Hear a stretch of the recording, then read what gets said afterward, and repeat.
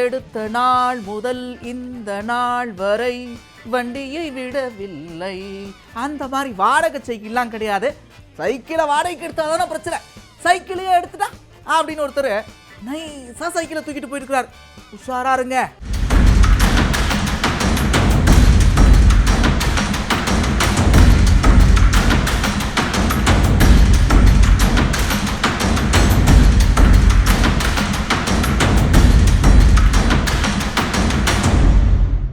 திண்டுக்கல் மாவட்டம் பழனியில பட்டப்பகல்ல சைக்கிளை திருடிய நபரை சிசிடிவி காட்சிகள் உதவியோட காவலர்கள் தேடிட்டு வராங்க.